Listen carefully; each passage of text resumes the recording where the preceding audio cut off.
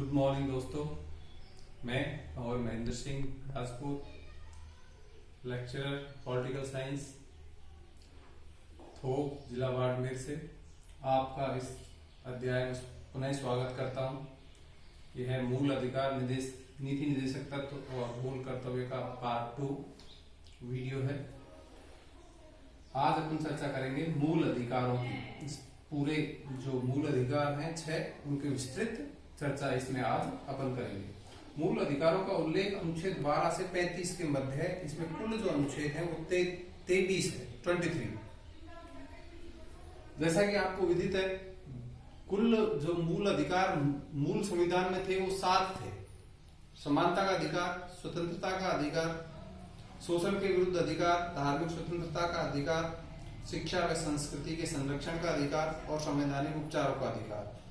मूल संविधान में एक संपत्ति का अधिकार अनुच्छेद 31 में था, उसे अब निश्चित कर दिया गया है, समाप्त कर दिया गया है।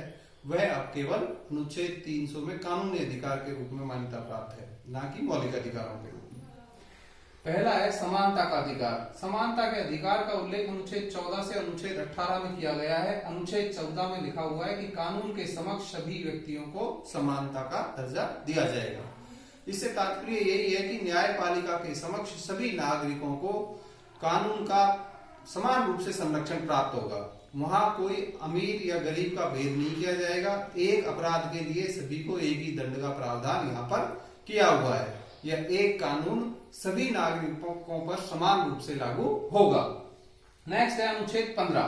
धर्म, मूलवंश, जाति, लिंग व जन्म स्थान के आधार पर विभेद का प्रतिषेध। ये 5 प्रकार के आधार इसमें लिए हुए हैं: धर्म, मूलवंश, जाति, लिंग और जन्म स्थान। इसके आधार पर राज्य कोई भी भेदभाव नहीं करेगा। और अगर पूर्व में ऐसा कहीं कोई भेदभाव होता आ रहा है तो उन समाज को समान लाने के लिए विशेष प्रावधान का इसमें उल्लेख किया हुआ है। वर्तमान में जो आरक्षण व्यवस्था है वो अनुच्छेद 15 में के तहत ही दी हुई है, क्योंकि जो पूर्व काल में पिछड़ी हुई जातियां थी उनको समान दर्जा लाने के लिए उनको आरक्षण की व्यवस्था की हुई है। अनुच्छेद 16 लोक नियोजन के विषय में अवसरों की समानता। जो यहाँ पर सरकारी नौकरी में जो पिछड़े वर्ग है उनको विशेष एसटी और एससी का दर्जा देकर, आरक्षण देकर उनको समान लाने के लिए सरकारी नौकरियों में यह आरक्षण की व्यवस्था अनुच्छेद 16 के तहत जो मौलिक समानता का मौलिक अधिकार है उसमें किया हुआ है। इसमें ओबीसी को भी बाद में शामिल किया गया है। अनुच्छेद 17 अस्पृश्यता का अंत। जो छुआछूत अपने समाज में एक बुराई थी, उस बुराई को समाप्त करने के लिए अस्पृश्यता का अंत एक कानून में दंडनीय है और एक कानून वो बनाया हुआ है अधिनियम, उस अस्पृश्यता निरोधक अधिनियम, उसके तहत यह कानूनन अपराध है। और नेक्स्ट है अनुच्छेद 18 उपाधियों का अंत। उपाधियों का अंत से तात्पर्य है कि पूर्व काल में अंग्रेजों के समय जैसे केसरी, हिंद, ऐसी कोई उपाधियां दी जाती थी। प्रभाव, प्रतिष्ठा और पैसे के कारण ऐसी कोई उपाधियां दी जाती थी, तो उनका अब पूर्णतः निषेध है। अब शिक्षा और सेना, ये 2 क्षेत्र ही ऐसे हैं उसमें आप उपाधियां दे सकती है। और इसके तहत ही यह भी प्रावधान किया हुआ है कि किसी भारतीय नागरिक को विदेश में अगर कोई उपाधि दी जाती है तो राष्ट्रपति की अनुमति के बगैर वह उस उपाधि को प्राप्त नहीं कर सकता है। राष्ट्रपति की अनुमति इसमें अनिवार्य है। इस प्रकार से यह समानता का अधिकार अनुच्छेद 14 से 18 में दिया हुआ है। इसमें मैं बता दूं आपको कि ये 14 से शुरू है, जबकि मूल अधिकार 12 से शुरू है। तो जो 2 अनुच्छेद है उन 2 अनुच्छेद 12 और 13 में राज्य का विवरण किया हुआ है कि राज्य की श्रेणी में कौन कौन सी चीजें आएंगी। इन 2 अनुच्छेदों में इसका उल्लेख किया हुआ है।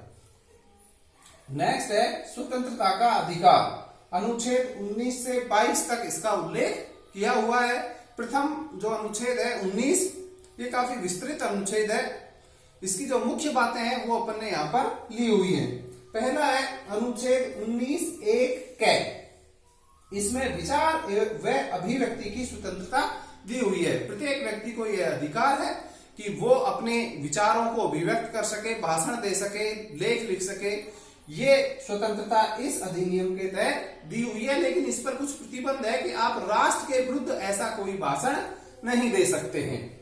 नेक्स्ट है अनुच्छेद 19(1)(a) है अस्त्र शस्त्र रहित शांतिपूर्ण सम्मेलन करने की स्वतंत्रता, कि प्रत्येक भारतीय नागरिक को अपनी बातों को रखने के लिए अस्त्र शस्त्र रहित कोई भी शांतिपूर्ण सम्मेलन करने का अधिकार है। इस पर भी यही प्रतिबंध है कि कानून की व्यवस्था ना बिगड़े, इसको ध्यान में रखते हुए पूर्व में परमिशन लेनी होती है कलेक्टर महोदय से। वो अगर परमिशन देते हैं तो आप ऐसा कोई भी शांतिपूर्ण सम्मेलन कर सकते हो, यह आपका मौलिक अधिकार है।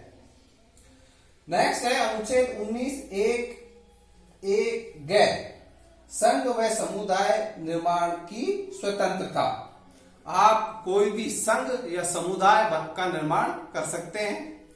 अपने कोई विचार हैं, कोई प्रसार करना चाहते हैं, कोई उत्थान का कार्य करना चाहते हैं, उसके लिए आप संघ बनाना चाहते हैं या अपना कोई समुदाय बनाना चाहते हैं, तो उस संघ या समुदाय निर्माण की आपको स्वतंत्रता है। इस पर भी प्रतिबंध यही है कि राष्ट्र, ये जो भी संघ और समुदाय बनेगा, यह राष्ट्र के खिलाफ कार्य नहीं करेगा। अगर ऐसा करता है तो सरकार को, राज्य को यह अधिकार होगा कि वो उस पर प्रतिबंध लगा सके।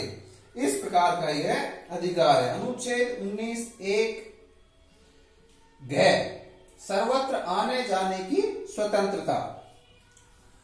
भारत में सारे देश में आप भारत के नागरिक को आने और जाने की पूर्ण रूप से स्वतंत्रता है।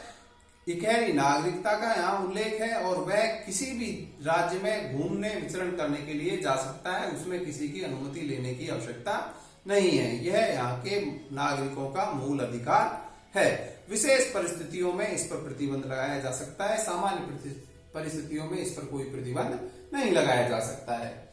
नेक्स्ट है अनुच्छेद 19(1)(ड़) निवास की स्वतंत्रता।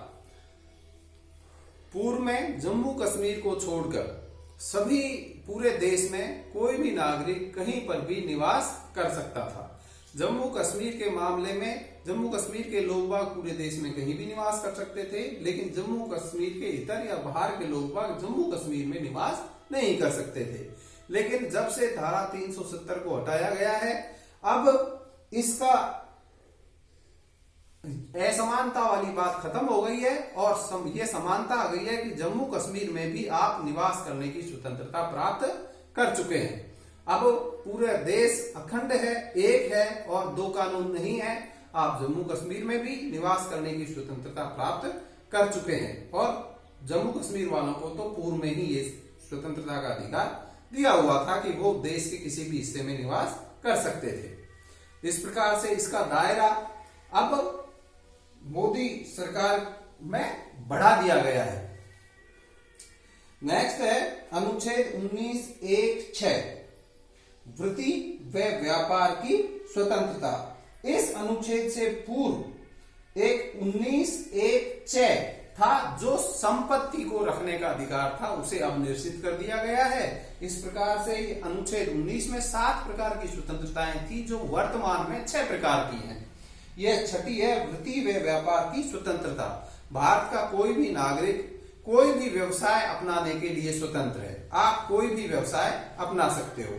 और दूसरी बात कि आप अपने व्यवसाय को देश के किसी भी हिस्से में स्थापित कर सकते हो और इसका अनुकरण भी लोग बाग कर रहे हैं। और देश के अपने राजस्थान है, राजस्थान के मारवाड़ी जो संघ है वो देश के विभिन्न एरिया में व्यापार कर रहे हैं। तो इस प्रकार से इन अधिकारों का अपन उपभोग कर रहे हैं। नेक्स्ट अपने अगले चैप्टर में लेंगे। आपको यह वीडियो पसंद आया है तो आप लाइक करें, कमेंट करें और सब्सक्राइब करें। Thank you.